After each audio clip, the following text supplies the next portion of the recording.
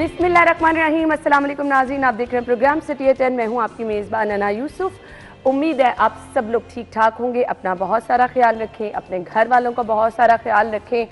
और आमिर भाई हमेशा बड़े मुफीद मशवरे देते हैं जो कि आगे चल के शो में हम डिस्कस भी करेंगे। तो ये इन मशवरों पे सभी अमल करने लग गए तो बड़ी अच्छी ज़िंदगी। मैं भी इंशाल्लाह कोशिश पूरी करती हूँ, क्योंकि वो ऑफिस में बड़ों वाला रोल जो है वो आमिर भाई प्ले करते हैं। हमेशा से अल्लाह ताला इनको ज़िंदगी तंदुरुस्ती दे और हमेशा इसी तरह से ये हमारे साथ अच्छी बातें करते रहे। अस्सलाम वालेकुम। मैंने टॉप स्टोरी से पहले आपकी तरफ हाँ, आपने कहा आपस वैदा से शुरू करते हैं तो टोट के देती है। ऐसे वो लोग यही समझ रहे हैं। नहीं, वैसे आमिर भाई समझाते भी अच्छा है। मैं वही तो कह रही हूँ, घर में बड़ों वाला रोल। मेरा ज़ाहिर है सुबह आते साथ ही सबसे पहला जो टाकरा होता है वो आमिर भाई से होता है। बिल्कुल ऐसे ही है। जो है आमिर भाई समझाते भी, जो मसला हो वो इनसे आके डिस्कस भी करते हैं। और हसन, आप यकीन माने, जब कभी आमिर भाई छुट्टी पे होते ना तो आते ही सबसे पहले आयशा या मैं एक दूसरे से पूछ रहे थे आज आमिर भाई क्यों नहीं आए। सो आमिर भाई हमेशा हमारे लिए एक बहुत अहम, सिटी एट 10 के लिए तो है ही, हमारे अपने लिए वो हमारी ये सिटी फैमिली का बहुत बहुत अहम मेंबर है।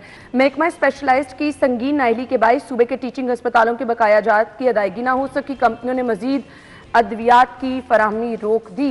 हसन अली की तरफ मैं जा रही हूँ। जी हसन। देखें ना, ये बड़ी बदकिस्मती है कि जो सबसे अहम हिस्सा है हमारा, उसको जो है वो मुसलसल इग्नोर किया जा रहा है। हालांकि सेहत का शोबा जो है वो सबसे अहम शोबा है। No doubt. हर तरह से आप अब हॉस्पिटल्स की हालत देख लें, वो हालात नहीं हैं जो पिछले साल में थे। अब जैसे कि अब ये नादहिंदा टीचिंग हॉस्पिटल्स जो निकले हैं, उसके बाद अद्वियात, जो मुफ्त अद्वियात की फराहमी गरीब जो मरीज़ों को की जा रही थी, एक बहुत बड़ी सहूलत थी। लोग नहीं ले सकते, लोगों की कुव्वत ख़रीद वो नहीं है जो पहले होती थी। ठीक है, एक ये अच्छा हुकूमत का एक स्टेप था कि जी जो फ्री अद्वियात हैं, मुफ्त अद्वियात हैं, वो फराहम की जा रही थी। और अब ये नादहिंदा हैं तो कंपनियां कब तक देंगी? तो ये अल्टीमेटली हुकूमत को ये चाहिए कि वो अपने अखराजात में कमी करे। देखें, मैं फिर वही बात करूँगा कि वज़ीरों की और मुशीरों की इतनी बड़ी जो फ़ौज बना ली गई है, उससे बेहतर ये नहीं है कि जो अवामी फलाह के मंसूबे हैं उन पे काम किया जाए और सबसे पहले सेहत को देखा जाए कि सेहत में के शोबे में कितने मसाइल हैं। आप किसी भी हॉस्पिटल में चले जाएं सरकारी, आपको मसाइल ही मसाइल नज़र आते हैं। ऐसे ही है। तो हुकूमत को ये चाहिए अपनी प्रायोरिटीज़ को चेंज करे और चेंज करके सेहत की तरफ आए और तालीम की तरफ तवज्जो दे। ये दो ऐसे शोबे हैं कि जिनसे हर एक का वास्ता है। बिल्कुल आपने सही कहा है आमिर भाई। ये 20 अरब के नादहिंदा हैं ये टीचिंग अस्पताल। कहाँ से आएंगे 20 अरब? छोटी मोटी रकम नहीं है। 200 अरब रुपए का एक हॉस्पिटल बन रहा है लाहौर शहर के अंदर। जी, कितने का? 200 अरब। 200 अरब से अभी ये उसका इब्तदाई तखमीना है।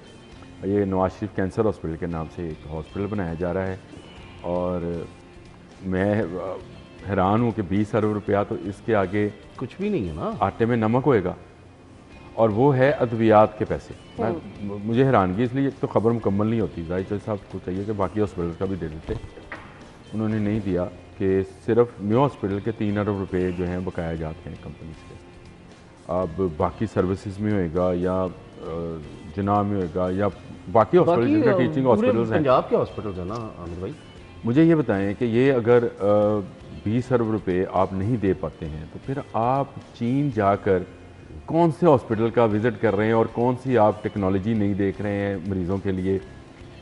क्या मतलब हंसी मजाक वाली बात लगती है कि वो शायद वो किसी का वो था सफ़रनामा, चलते हैं तो चीन को चलिए, उस तरह के हम चीन के दौरे कर रहे हैं, म्यूज़ियम देख रहे हैं, ज़ू देख रहे हैं और वहाँ पे पार्टी के रहनुमा से मिल रहे हैं। और यहाँ हालात ये हैं कि मरीज़ बाहर से जाकर अद्वियात लेके आए। बिल्कुल सही कह रहे हैं। ये बड़ी परेशान कुन बात है। पहली बात तो मैं हमेशा एक बात कहता हूँ, जितने टीचिंग हॉस्पिटल्स हैं खुदारा इनके इर्द गिर्द से मेडिकल स्टोर ख़त्म करा दें। पता नहीं क्यों समझ नहीं आती। मतलब आपने जंगल की कटाई पर बात की तो मैंने एक दफ़ा कहा था कि छांगा मांगा जंगल के साथ साथ 350 लकड़ी काटने वाली मशीनें लगी हैं। आराम मशीनें कहते हैं इनको, आराम 350। मुझे बताइए वो छांगा मांगा के बाहर क्या कर रही हैं? किस मकसद के तहत? वहीं से काट के वो क्या काट रही हैं? लकड़ियाँ। और जो मरीज काट रहे हैं ये आराम मशीनें जो कि आपके ये स्टोर्स हैं, ये स्टोर्स हैं। अच्छा, ये जो आपकी मेडिसन, वो कहते हैं ना सरकारी मेडिसन का एक ख़ास लेबलिंग है, खास उसके अंदर ना वो उस है पे लिखा होता है packaging not for sale. Not for sale, वो पैकेज उसका। अच्छा, ये सारे का सारा बदल जाता है। कौन बदलता है? कारीगर माशाल्लाह लाले मुंह से तो लेकर लाहौर तक वो बैठे हैं, सब बदल देते हैं। और यही अद्वियात उन्हीं मरीजों को महंगे दामों मिलती है। कर्जा किस पे चढ़ रहा है? गवर्नमेंट पे। गवर्नमेंट पे कर्जा चढ़ गया 20 अरब का। जो मरीज है जिसने अपने मरीज का इलाज कराना है उसको अलग कर्जादार बना दिया। और ये इतने बदमाश हैं, आप सिर्फ जेल रोड से गुजर कर देखें, सर्विसेज हॉस्पिटल के सामने जाने के लिए जंगला लगा हुआ है, दरमियान में जंगला लगा दिया गया, वो तोड़ दिया। वो जंगला आप जब रिपेयर हो जाए तब देखिएगा कि उससे अगले दिन ये तोड़ दिया जाएगा, तोड़कर तो वो मरीज के आने जाए ताकि वो अद्वियात लेने की उसको। हालांकि वो रोड क्रॉस करना भी आप मुझे बताएं, एक मेडिकल स्टोर्स जो हैं ये गवर्नमेंट टीचिंग हॉस्पिटल्स के बाहर क्या करते हैं? कौन सी ऐसी दवा है जो कि नहीं मिलती? और अगर नहीं मिलती तो ये गवर्नमेंट की जिम्मेदारी है। यहाँ पे तो इंतजामिया के रिटर्न है, यहाँ तो गवर्नमेंट की जिम्मेदारी हाँ, है। बिल्कुल। यहाँ तो आज के दिन तक आप चाइना के दौरे करें, बीबी इटली के करें, फ्रांस के करें, अब्बा के साथ आप यूरोप घूमें पूरा, यहाँ पे आज भी एक्सरे फिल्म दस्तयाब नहीं है। No doubt.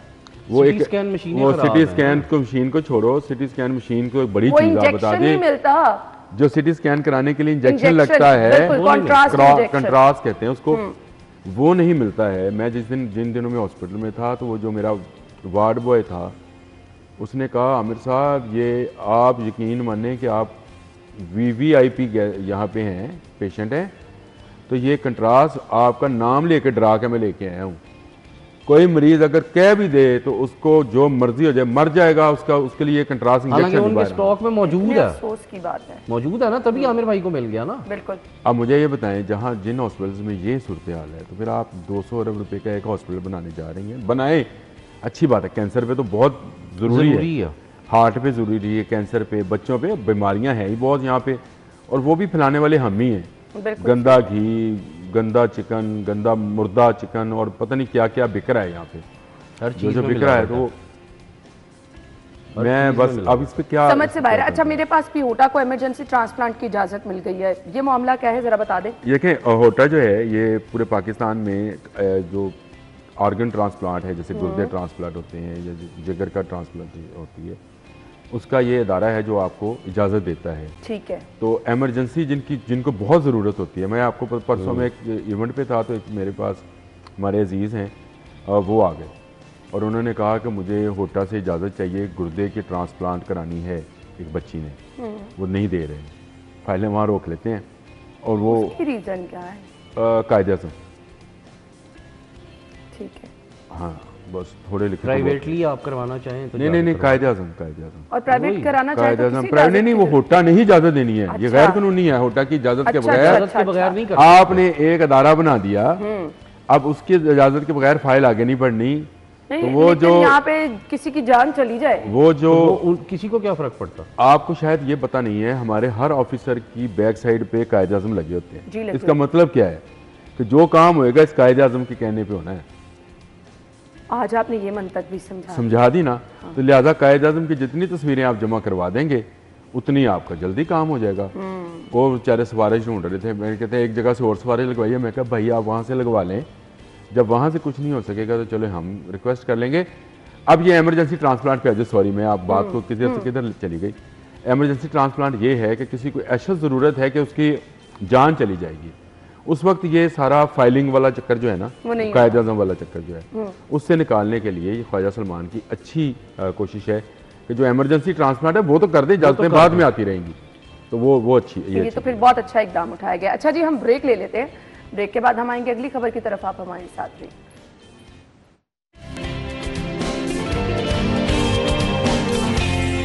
Welcome back once again. अच्छा खबर है जी, लाहौर के नाद पर फ्लोटिंग रेस्टोरेंट का डिज़ाइन तैयार किया गया। ये दुरे नायाब ने खासा डिटेल में बताया था बेसिकली करना क्या चाह रहे हैं। बड़ा ज़बरदस्त लग रहा था, खूबसूरत लग रहा था, क्योंकि वो जो किनार पे मॉन्यूमेंट डिफरेंट बनाए जाते हैं, पिक्चर्स बनाई जाती हैं, वो देखे ज़रा कितना कमाल का लग रहा है। यहाँ का लग ही नहीं रहा आमिर भाई, ये स्क्रीन पर कितना ज़बरदस्त लग रहा है। अच्छा खैर, आज खबर की तरफ। महकमा खजाना ने फंड देने से इनकार कर दिया है। इससे बहुत ज़रूरी काम जो है वो भी पड़े हैं, जो करने वाले हैं। हसन आपकी तरफ पहले एक कमेंट। देखें ना, फिर वही बात आ जाती है, एक तरफ आपके पास जो है वो अस्पतालों में अद्वियात खरीदने के पैसे नहीं है, इस रेस्टोरेंट में कौन जाएगा? नादहिंदा हो चुके हैं, वो चले जाएंगे। उस मामले में आपको मैं एक चीज़ बताता हूँ, आप शहर के बड़े जिंदा दिल है बड़े, ठीक है, आप शाम को किसी भी रेस्टोरेंट के बाहर चली जाएं, आपको गाड़ियाँ, बेतहाशा गाड़ियाँ नजर आती हैं, वो भरे पड़े होते हैं रेस्टोरेंट, ठीक है। तो इसका भी वही हाल जब होगा। किनाल पे ऐसा कोई रेस्टोरेंट बन गया तो लोगों ने कहना भाई तस्वीरें बड़ी अच्छी आएंगी, खाना खाए ना खाए, वहाँ से खाना अच्छा हो या ना हो, ठीक है, लेकिन ये है कि ये करेंगे। अब इसमें एक चीज़ देखें, हमारा भी एक बड़ी बदकिस्मती ये है कि अब फेस्टिविटी रह कोई नहीं गई। हमारे यहाँ पे एक फेस्टिवल हुआ करता था बसंत का, वो ख़त्म कर दिया हमने, तबाह कर दिया अपने हाथों से ही उसको। तो अब लोग जो हैं वो इसी तरह की चीज़ें ही ढूंढते हैं कि कहाँ पे जाके जो है वो इंजॉयमेंट कर सकें और सारा कुछ कर सकें। तो मेरे ख्याल में ये एक अच्छा प्रोजेक्ट है, ले आए कैनाल को भी, नहर को भी। लेकिन उन्होंने तो फंड देने से इनकार किया महकमा खजाना ने, और पीएचए को क्या अपने वसाइल से करे। पीएचए मालियों को तो पैसे दे नहीं सकता, तो उनके पास वसाइल। आमिर भाई ना, ये तो वैसे मजाक की बात है कि आप, फ्रांस की एक मलका थी, इनकलाब आया तो उन्होंने कहा कि लोग भूख से मर रहे हैं, उनको रोटी नहीं मिल रही, तो उसने कहा केक खाएं। हमारी मलका भी यही कह रही है कि आपको भैयत नहीं मिल रही तो आप ये वाला केक खाएं। मैं आपको सच्चा वाक्य सुनाता हूँ, सच्चा वाक्य। मैं, शहबाज शरीफ और एक मुस्लिम लीग, उस वक्त मुस्लिम लीग हुआ करती थी, नून नहीं थी, कि अहम रुकन जो थे एक प्रपोजल लेके आए, एक पंजाब नेशनल हॉकी स्टेडियम के कमरे के अंदर फाइल थी। इत्तेफाक से मैं बैठा हुआ था तो शहबाज शरीफ साहब ने इशारा किया, क्योंकि वो मुझे स्टूडेंट लाइफ से ही जानते थे, जो मैं MSF के लिए काम करता। अच्छा, उन्होंने इशारा किया कि बैठ जाओ, मैं बैठ गया। तो उस बंदे ने पूरा प्रपोज़ल दिया, और वो प्रपोज़ल ये था कि टूरिज़म के फ़रोग के लिए जो ग्रीन बेल्ट है नहर के साथ साथ यहाँ पर रेस्टोरेंट बनाए थे। पॉइंट्स उसने दिए हुए थे, वो 5-6 पॉइंट्स थे मुख्तलिफ। आप अगर शुरू हों टूवर्ड्स जल्लो पार्क, सफारी पार्क से लेकर ठोकर तक 5-7 पॉइंट्स थे। शहबाज शरीफ साहब ने बड़े तफसील से उसकी बात सुनी, 5 मिनट लिए उस बंदे ने तफसील से बात सुनी, और एक लफ्ज़ में सारी कहानी ख़त्म कर दी। उन्होंने कहा चौधरी साहब चलें फाइल को, बताएं आपने कौन सा पॉइंट लेना है। अच्छा, उन्होंने कहा ए वाला। शहबाज शरीफ साहब ने इससे हाथ पकड़ा, उन्होंने कहा इसीलिए चौधरी साहब ये आप टूरिज्म के लिए नहीं लेके आ रहे, ये अपने लिए लेके आ रहे, अपने लिए लेके आ रहे। और उस पर उसी वक्त इनकार कर दिया। उन्होंने कहा इतनी कीमती ग्रीन बेल्ट जो लाहौर का फेफड़ा है, उसको आप चाहते हैं कि मैं गाड़ियों के धुएं से पार्किंग पे ये रेस्टोरेंट बना के जाया कर। ये शहबाज शरीफ का विजन था। तो ये तो उनकी विल थी ना, खत्म हो गया ना आमिर भाई। छोड़ दें, अब ये है क्या, ये फ्रॉड है पीएचए का, ये पैसा खाने का एक तरीका है। मुझे बताएं, आज मेरे साथ शर्त लगा लें, उनको कहो कि आपका 1 रुपया नहीं लगेगा, उल्टा आपको रेवेन्यू दूंगा, ये जगह मुझे दे दें 1.5 किलोमीटर की, रेस्टोरेंट भी मैं खुद बना दूंगा उसको, इससे बेहतर बना दूंगा, इससे बेहतर सर्विस होगी। दे देंगे वो, दे दें, दे दें। अब भाई नहीं देंगे, कभी भी नहीं। सरकार का पैसा लगाएंगे, सरकार का पैसा। मुझे बताएं, पीएचए का मार्केटिंग विंग लाखों रुपए तनख्वाह लेता है, कभी दौरे ने आप बैठा है पूछिएगा। बिल्कुल सही कह रहे हैं, उसका काम क्या है मुझे बताएं सिर्फ। और पीएचए के पास कभी इतने पैसे नहीं होते कि वो अपनी तनख्वाहें निकाल। उस मार्केटिंग विंग का काम, ये आप किसी प्राइवेट फर्म को कहें कि ये बना दे रेस्टोरेंट और चला ले, वो बना भी देगा, चला भी देगा, और पैसे भी और बहुत और पैसे इनको देगा, अच्छे खासे देगा, जिसका ये महकमा खजाना से पैसे मांग रहे हैं। देखो कैसा फ्रॉड है ये। फिर सरकारी एक प्रॉपर्टी होगी जिस पर कभी किसी सेक्टर का, अच्छा इसमें वो कोई कमरे चमरे भी बना रहे हैं?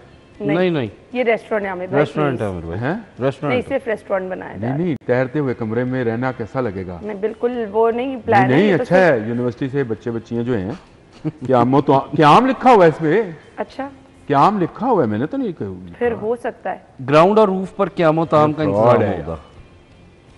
लेकिन आप ये देखें लोगों को घुमाया कैसे जा रहा है। आपका ट्राम वाला मंसूबा बीच में लटक रहा है। आप मुझे ये बताएं, चले मुझे बताएं, आप नहर से गुजरते हैं, आप भी नहर से गुजरते हैं, मैं भी नहर से गुजरता हूँ, मुझे वो कोई पार्किंग लॉट दिखा दें। बनेगी? है ही नहीं वहाँ पार्किंग, बनेगी ना, अल्टीमेटली वो सर्विस, और वो सर्विस रोड वो देखेगा क्या वो जितनी जितनी नहर है ना पूरी आपकी ये लाहौर की, जो इछरा नहर कहलाती थी किसी जमाने में, आप पता नहीं इसको क्या कहते हैं, लाहौर कनाल कहते हैं। अब तो लाहौर कनाल अच्छा ਅਸੀਂ इछरा कनाल कहते थे। जितनी चौड़ी है ना ये उतना चौड़ा स्टीमर है। इस नहर पे वाले स्टीमर पे बैठकर आपको नज़र क्या आएगा, मसलन आपको शहर की कोई बिल्डिंग नज़र नहीं आ सकती है, सिर्फ आपको पानी ये जो लंदन कनाल वाला मामला है ना, जिसमें नवाज शरीफ और नजम सेठी लेट के तो तस्वीरें बनवाई थी, उसमें अगर आप सफ़र करें, मैंने किया हुआ है, उसमें अगर आप सफ़र करें ना, उसमें आपको पूरा शहर नज़र आता है। उनका ओल्ड स्ट्रक्चर, ओल्ड गिरजाज, ओल्ड शॉप्स जो कि अभी भी उन्होंने अपनी असल ओरिजिनल हालत में रखी हुई है, वो आपको नज़र आती हैं। फिर आप लंदन जू के अंदर से गुजरते हैं, फिर आप फलां फलां जगह से गुजरते हैं, लॉर्ड्स की ग्राउंड से गुजरते हैं, वो है सफ़र कनाल पे करने वाला। इसके दोनों तरफ पी पी पापा टी टी टाटा, इसके दोनों तरफ यही है वाकई है। और दूसरी एक और ट्रैवल ब्लॉग रहती है, और इस तैरते दजाल रेस्टोरेंट को देखने के लिए, ओहे दजाल रेस्टोरेंट देखने के लिए अगेन लाइनें लगेंगी। ਉਹ ਕੌਣ ਕਿਹਦੇ ਨਾਲ ਬੈਠਾ ਹੈ, ਵਾਰੀ ਨਹੀਂ ਆਏਗੀ, ਕੌਣ ਕਿਹਦੇ ਨਾਲ ਬੈਠੀ ਹੈ, ਕੌਣ ਕਿਹਦੇ ਨਾਲ ਬੈਠਾ ਹੈ। ਸਾਡਾ ਹੋਰ ਕੰਮ ਹੀ ਕੋਈ ਨਹੀਂ, ਤਮਾਸ਼ਬੀਨ ਲੋਕ ਆ ਅਸੀਂ, ਹੈ ਅਸੀਂ ਲੰਘਦੇ, ਕੋਈ ਸਾਡੀ ਵਾਕਫ ਤੇ ਨਹੀਂ, ਸਾਡਾ ਵਾਕਫ ਤੇ ਨਹੀਂ ਵਿੱਚ। और अगर ਅਸੀਂ होगा ਗੱਡੀ तो ਨੂੰ फिर ਹੋਰ उसको ਸਲੋ फौरन ਕਰਾਂਗੇ, zoom करेंगे। ਗੱਡੀ ਨੂੰ ਹੋਰ ਸਲੋ ਕਰਾਂਗੇ, ਔਰ ਅਗਰ ਕੋਈ ਨਜ਼ਰ ਆ ਗਿਆ ਤਾਂ ਅਸੀਂ ਜ਼ੋਰ ਜ਼ੋਰ ਦੀ ਹਾਰਾਂ ਵਿੱਚ ਜਾ ਕੇ ਉਹਨੂੰ ਟਾਟਾ ਵੀ ਕਰਾਂਗੇ। ਅਸੀਂ ਕੌਮ ਐਸੀ ਆ, ਤਮਾਸ਼ਬੀਨ ਕੌਮ ਆ। सही बात है। और ਉਹਦੇ ਤੇ ਫਰਾਡਬਾਜ਼ੀ, ਯਾਰ ਖੁਦਾ ਦਾ ਵਾਸਤਾ यार कोई प्रोडक्टिव काम करो। 20 अरब रुपया ना महकमा खजाना पैसे देगा ना ही होगा, क्योंकि अपनी जेब में तो उनके पैसे हैं। ओए खजाना दे, फिर वही कायदान की फोटो याद रखी जी। सही क्या आपने बात जब हिस्सा अब कोई बात ही नहीं करने वाली। अच्छा जी, हॉर्स एंड कैटल शो की बात कर लेते हैं। ठेके पर फर्म्स की वजीर आला को शिकायत, पीएचए ने इंतजाम आए, फिर पीएचए की बात आ गई है। हॉर्स एंड कैटल शो के लिए 1 अरब 50 करोड़। अच्छा, ये दुरे नया बता रहे हैं, कभी जिंदगी में इतने पैसे नहीं मांगेंगे जितने इस दफा हॉर्स एंड कैटल शो के लिए मांगे जा रहे हैं। हसन अली अना, फिर वही बात आ जाती है कि इससे बेहतर है कि सेहत के जो मसाइल हैं, जो तालीम के मसाइल हैं, उन पे खर्च कर दें। नहीं, अच्छी बात है, आप इस तरह की एक्टिविटीज लेकर आए, होनी चाहिए इस तरह के। कैटल शो, मुझे याद है कि हम छोटे छोटे थे और गुजरांवाला से आया करते थे स्पेशली जो है ना हॉर्स एंड कैटल शो देखने के लिए, और वो बड़ा एक फेस्टिविटी होती थी, बड़ा एक जो है ना वो दिलचस्प होता था। तो ये होना ज़रूर चाहिए, लेकिन बात फिर वही आ जाती है कि पीएचए अब खुद काम क्यों नहीं करता कि वो अपना फंड खुद जनरेट कर सके इस तरह की एक्टिविटीज़ के लिए। अब फिर वही बात आ जाती है कि रेस कोर्स पार्क इतना बड़ा पार्क है, आप वहाँ पे कोई कमर्शियल एक्टिविटी शुरू कर दें ताकि आपके पैसे जनरेट हों। इनकी तरफ से तो हमेशा यही रोना धोना ही पता चलता है कि पैसे नहीं है, पैसे नहीं है। अच्छा, मेरिट को अक्सर नजरअंदाज किया गया है। 1 अरब 50 करोड़ के ठेकों में, आमिर भाई देखिए ये तो पीएचए आमदन के लिए कर रहा है। 1 अरब 50 करोड़ की अब अहमियत कोई नहीं रह गई। लाहौर में मेरा ख्याल है कि 7, 8, 10 प्लॉट ही होंगे उसके, और तो कुछ नहीं होना। 1 अरब किसी ज़माने में होते थे पैसे, फर्म्स जो हैं वो उसको फ्री में करना चाह रही होंगी या कम पैसों में करना चाह रही होंगी, तो पीएचए ने अच्छा किया 1 अरब 50 करोड़ पे रखा है। चले कुछ तो आमदन इनकी इजाफा होगा तो इसमें आएगा। हॉर्स एंड कैटल शो एक बड़ी एक्टिविटी है, और ये किसी ज़माने में ये रिलेट टू कैंट हुआ करती थी, और ये तो खैर बहुत बात की बात कर रहे हैं, हमने तो ज़्यादा दौर की देखी है हॉर्स एंड कैटल शो, उस दौर में शुरू हुआ था। अच्छा। और बड़ी एक्टिविटी थी, और दुनिया से लोग आया करते थे, यानी सफ़ीर आया करते थे उसको देखने के लिए। और जैसे पसंद होती थी उसमें हम बिल्कुल ऐसी असले की नुमाइश भी कर लिया करते थे अपने, और अपने जवानों के करतब भी दिखा लिया करते थे, और बहुत सारी उसमें। अच्छा, उसमें सबसे बड़ी जो चीज़ होती थी, जो इंटरेस्टिंग मेरे इंटरेस्ट की भी चीज़ होती थी, बाकी के लोगों की भी होती थी, वो नुमाइश थी।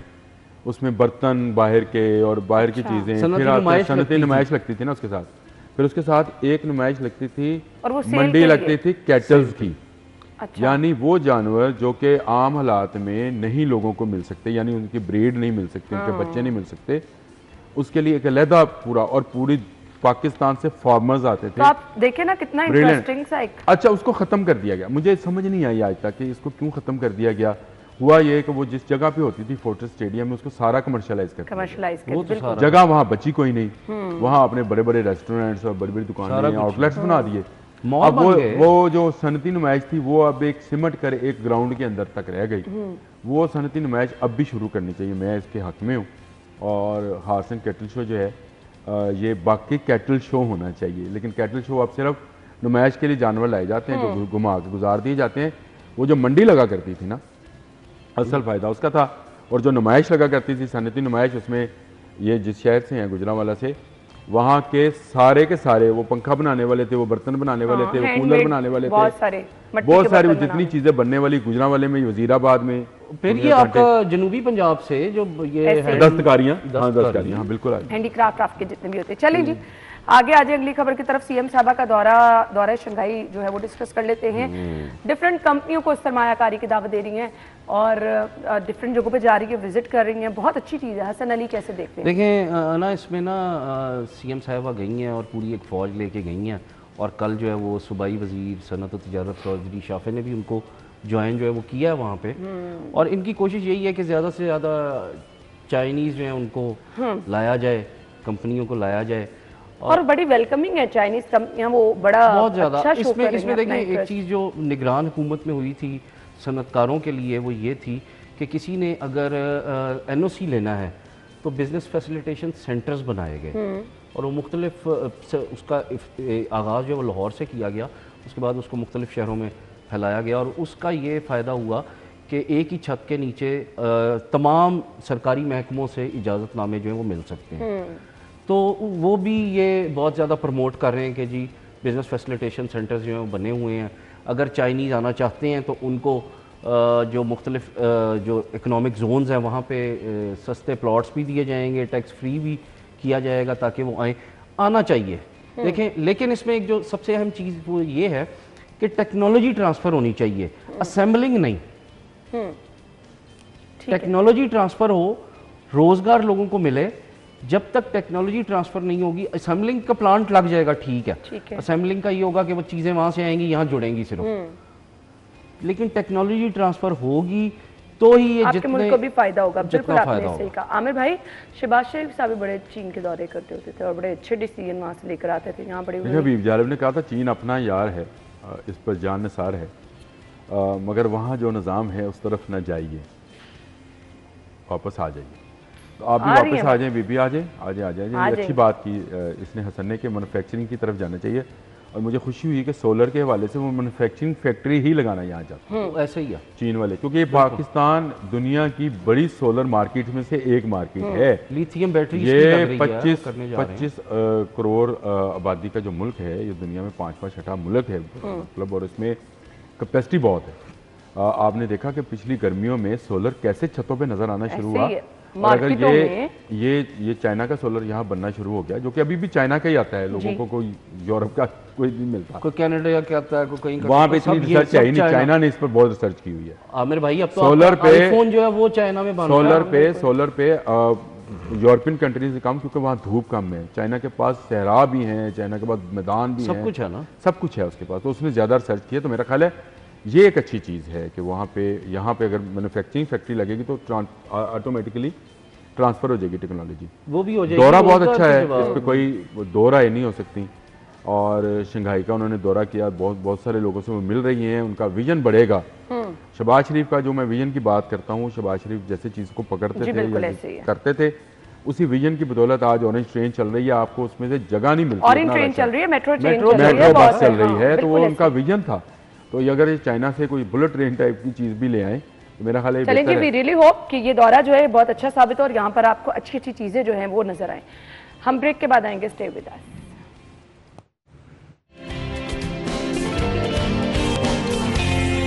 Welcome back once again. और खेल के मैदान से खबर ये है जी, पाकिस्तान अपने फ्यूजन मॉडल पर कायम है। चेयरमैन पीसीबी मोहसिन नकवी ने वाज़ेह तौर पर ये बता दिया है, ज़रा समझा दें आमिर भाई क्या मौक़िफ़ है? देखिए, Mohsin Naqvi chairman cricket board ने जो काम किया है वो पाकिस्तान की तारीख में, यानी क्रिकेट की तारीख में नहीं हुआ था। वो ये हुआ कि सांप और न्योले को लड़ा दिया आपस में। अच्छा, हाँ, सांप और न्योले की लड़ाई आपने कभी देखी हो तो दोनों एक दूसरे पे हावी आने की कोशिश करते हैं। इस वक्त आईसीसी और भारतीय क्रिकेट बोर्ड जो है बीसीसीआई, ये आपस में लड़ रहे हैं और हम बैठे बाहर तमाशा देख रहे हैं। ये पहले कभी नहीं होता था। हम क्या करते थे, हम सरेंडर कर दिया करते थे, और सरेंडर होकर फिर हम उनके जो शिकायत थी मान लेते थे। पहली दफ़ा खड़े हुए अपने पाँव पर और पहली दफ़ा देख लें इस वक्त इंटरनेशनल क्रिकेट काउंसिल जो है वो कोसने दे रही है भारत को, और भारत के लोग जो हैं वो कोसने दे रहे हैं अपने क्रिकेट बोर्ड को, और अभी तक फैसला नहीं हो पा रहा है। जो एडवर्टाइजिंग कंपनीज हैं, जो आपकी ब्रॉडकास्टर कंपनीज हैं, वो सारी की सारी जो हैं कह रही है कि जल्दी जारी करें शेड्यूल, हमने अपने प्रोडक्ट को बेचना भी है। हाँ। पता है किसी को कुछ नहीं है कि कहाँ मैच होंगे, क्या होंगे, क्या नहीं होंगे, नहीं अभी तक आया। और मज़ा जो ले रहा है इस वक्त पाकिस्तान क्रिकेट बोर्ड है, तो मैं कहता हूँ ये ज़बरदस्त पॉलिसी है। इसको माजी में भी अगर यही किया जाता तो आज शायद ये नौबत ही ना होती। देखें, एक बड़ी सीधी सी बात है ना, हमें पता है कि मोहसिन नकवी साहब जब किसी चीज़ की ठान लेते हैं, हाँ, बस तो वो उसको फिर करके छोड़ते हैं, और वो यही आईसीसी और इंडियन क्रिकेट बोर्ड है उसके साथ किया उन्होंने, और उम्मीद यही है कि पाकिस्तान के लिए बेहतर ही होगा जो भी होगा। और वो जो मॉडल उन्होंने दिया है कि ठीक है आप नहीं आते 3 साल तो हम भी नहीं आएंगे, और होना भी यही चाहिए, बराबरी की सतह पे जाएं।